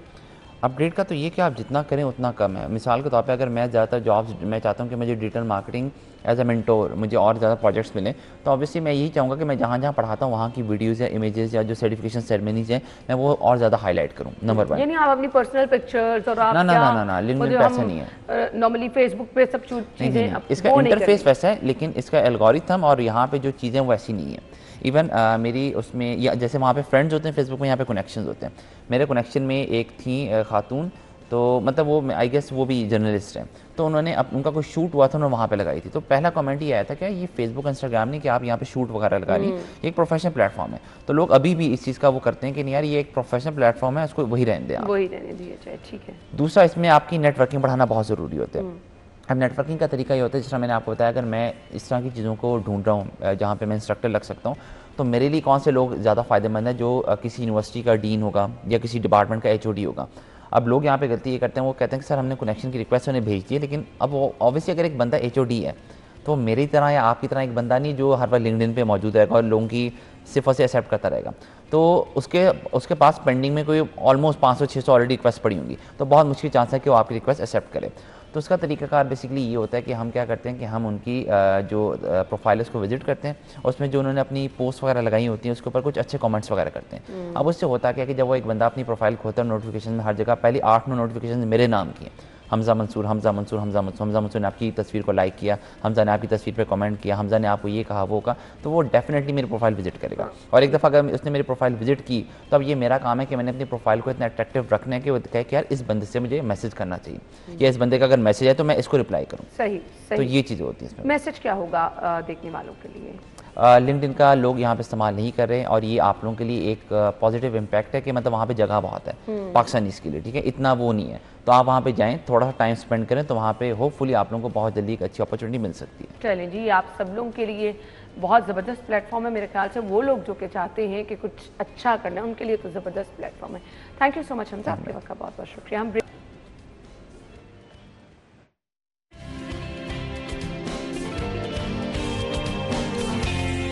Welcome back. 12 दिसंबर को जिनकी सालगिरह है जी, फसी हैं, 7 तारड़ हैं, मोहम्मद साइम हैं, सैयद हसन अली हैं, उस्मान इमरान हाशिर हैं जी। इसके बाद जी खतीजा की सालगिरह है, अब्बास अली की, इशाल सुफियान की, और रिसर्च स्कॉलर हैं जी नूरे साहब प्रोग्राम जो कि 24 न्यूज़ पर आप देखते हैं, मोहम्मद नवी शहजाद, इनकी भी आज सालगिरह है। आप सब लोगों को सालगिरह की मुबारकबाद, हैप्पी बर्थडे।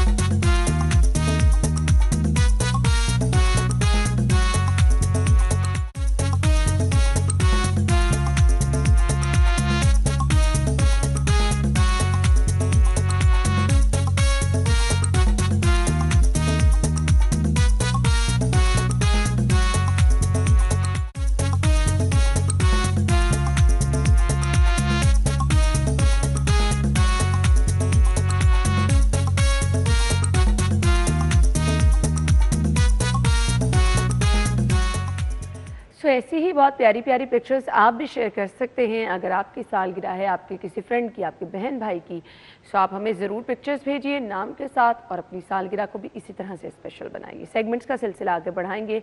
हमने आपके साथ आज के भाव शेयर करने हैं, तो डिटेल और ये रेट लिस्ट शेयर करने का मकसद भी होता है कि आपके लिए आसानी हो जाए, आपको एक आइडिया मिल जाए कि कौन सी सब्जी किस कीमत पर मिल रही है। तो देखते हैं आज के भाव।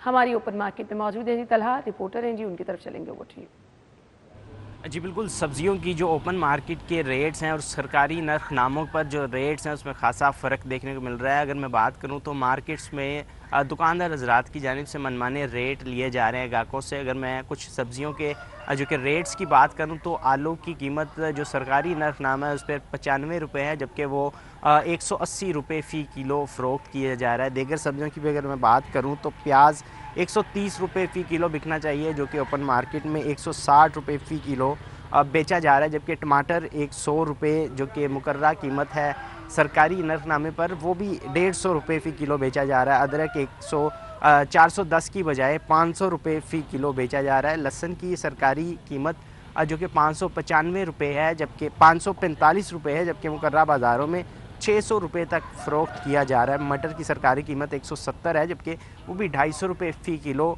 बेचा जा रहा है। शिमला मिर्च की सरकारी कीमत जो कि 95 रुपये है, वो भी 140 रुपये फ़ी किलो फ़रोख्त किया जा रहा है। दीगर सब्जियों की भी यही सूरत हाल है। अगर मैं बात करूँ तो फलों में भी इसी तरह जो कि रेट्स का फ़र्क देखने को मिल रहा है। अगर मैं अमरूद की सरकारी कीमत की बात करूँ तो 110 की बजाय 140 रुपये फ़ी किलो बेचा जा रहा है।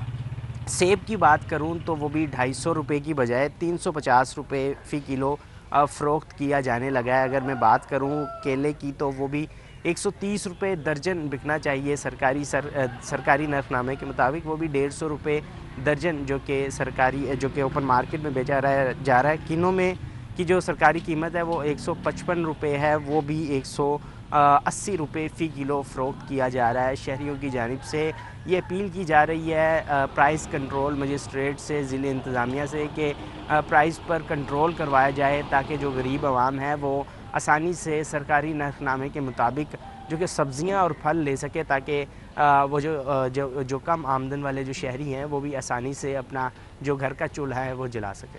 जी थैंक यू सो मच जी, आपने सब्जियों की कीमतें हमें बताई। नाज़रीन अपना फीडबैक ज़रूर दीजिए और सजेशन है तो ज़रूर वो भी आप शेयर कर सकते हैं, और अगर कोई टैलेंट है तो वो भी ज़रूर शेयर करें। हम अपने प्रोग्राम में आपको मदद करेंगे। और इसके साथ साथ अगर आपकी बर्थडे है कल तो हमें पिक्चर्स भिजवा दें और प्रोग्राम का हिस्सा बन जाएं। अपना बहुत सारा ख्याल रखिएगा। हमें इजाज़त दीजिए। अल्लाह हाफ़िज़।